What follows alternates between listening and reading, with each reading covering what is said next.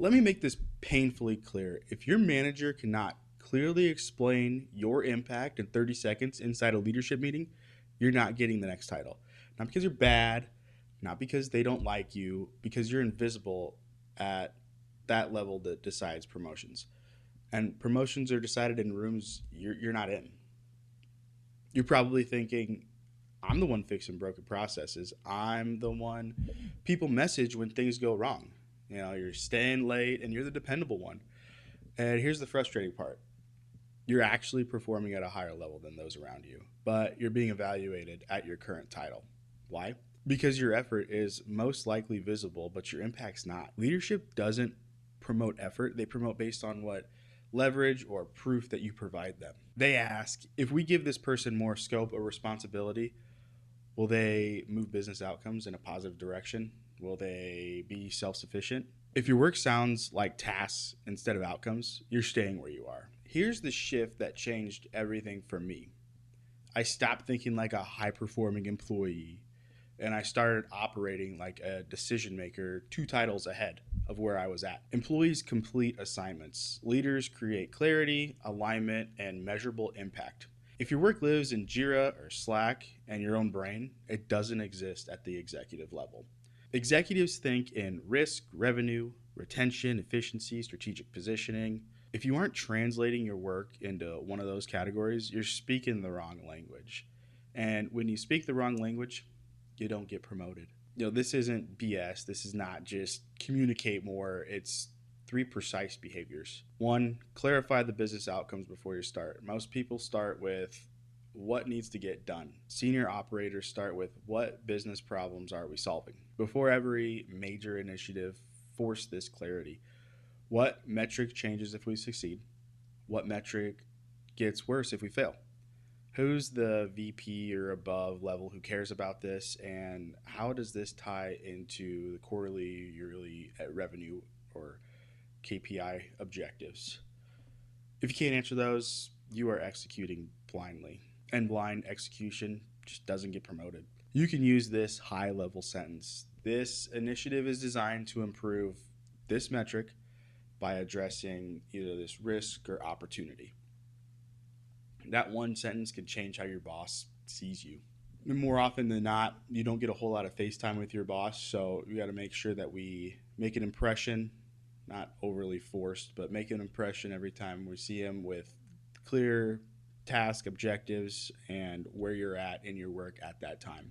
2, narrate impact in real time, not after the fact.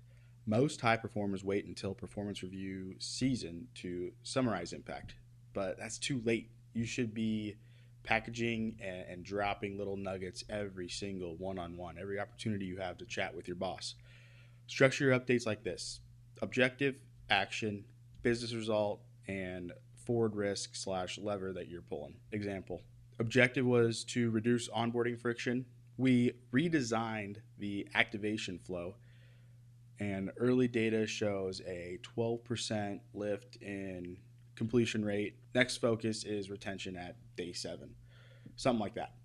You sound like someone running a business unit. You're not bragging. You're training your manager to see you as promotable, that you talk their language. If you don't narrate your impact, your manager has to do the translation work for you. And if it's hard to explain you, it's easy to skip you. 3, connect work to strategy explicitly. Never assume alignment is obvious. Say it out loud. This supports our Q2 retention target. This reduces compliance exposure.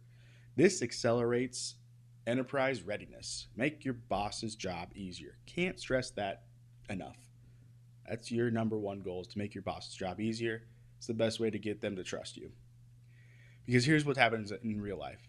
In leadership collaboration meetings, someone asks, why should we promote Chaz? Your manager has 20 seconds to give that pitch. If they say he works really hard, you lose. If they say he's already operating at a senior level, he reduced churn risk by 15% and is aligned cross-functional work to strategic objectives, that sounds a lot better than he works really hard. Your job is to make their job easy and make it easy for them to sell you, because they're going to be judged on that hiring decision. They're going to be judged on that promotion decision. Your job is to give them that sentence. Your job is to make it easy for your boss to justify the promotion or salary increase if that's what you're going after. Let's take a real scenario here. You led a cross-functional launch. Here's how most PMs describe it. And we shipped on time. Good job. You did your work. You did your job as a PM. You shipped it on time. Here's how someone thinking 2 titles ahead would describe that.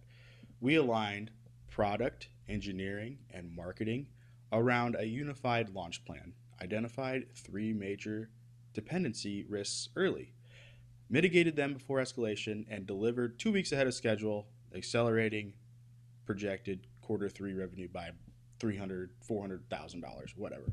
It sounds like a lot of jargon, and I hate corporate jargon. But you got to play the game a little bit here. You got to use those buzzwords. So you notice the difference? Same work, but one frames it as delivery. The other frames it as business acceleration and risk management. Again, you got to use the buzzwords. It's gross. I hate it. Always have. But management eats it up. Another example, low level. I handled stakeholder communication. Good job. You did the bare minimum as a project manager or project coordinator. That's good job. How do you raise that?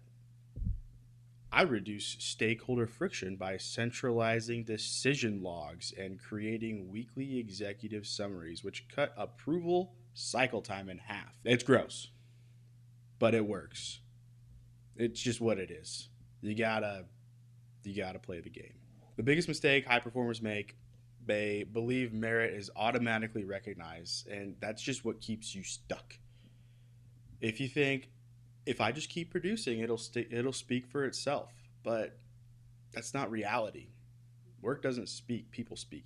And if you don't give them the narrative, they will create their own.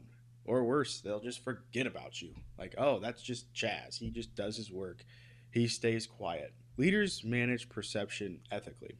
That means they clarify outcomes, they remove ambiguity and ensure alignment, and they don't leave their impact open to interpretation. They provide the narrative.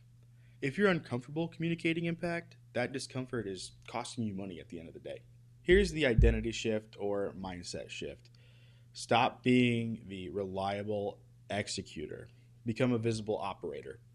Operators think in outcomes, speak in metrics, align to strategy, reduce risk, increase leverage. If you want to get promoted without working 60-hour weeks, I don't want to work 60-hour weeks, then we need to stop increasing effort. What we need to do is focus on increasing clarity, visibility, and strategic alignment. Effort gets you stability.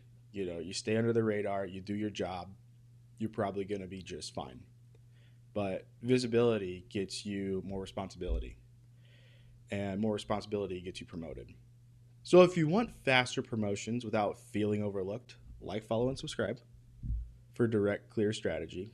And if you're serious about accelerating into a senior PM role and operating 2 titles ahead, check out my free community, PM Directive. PM Directive is also where you can download our free promotion prep framework, a 1-page guide to help you optimize your next promotion or salary increase conversation with your boss. And inside PM Directive, this is where we chat. This is where you can have direct access to me, ask questions, jump on calls, and just talk about how to be better at work. If this resonated, drop a comment. Let's see. What is one project I need to reframe in business terms? Start there. See you on the next one.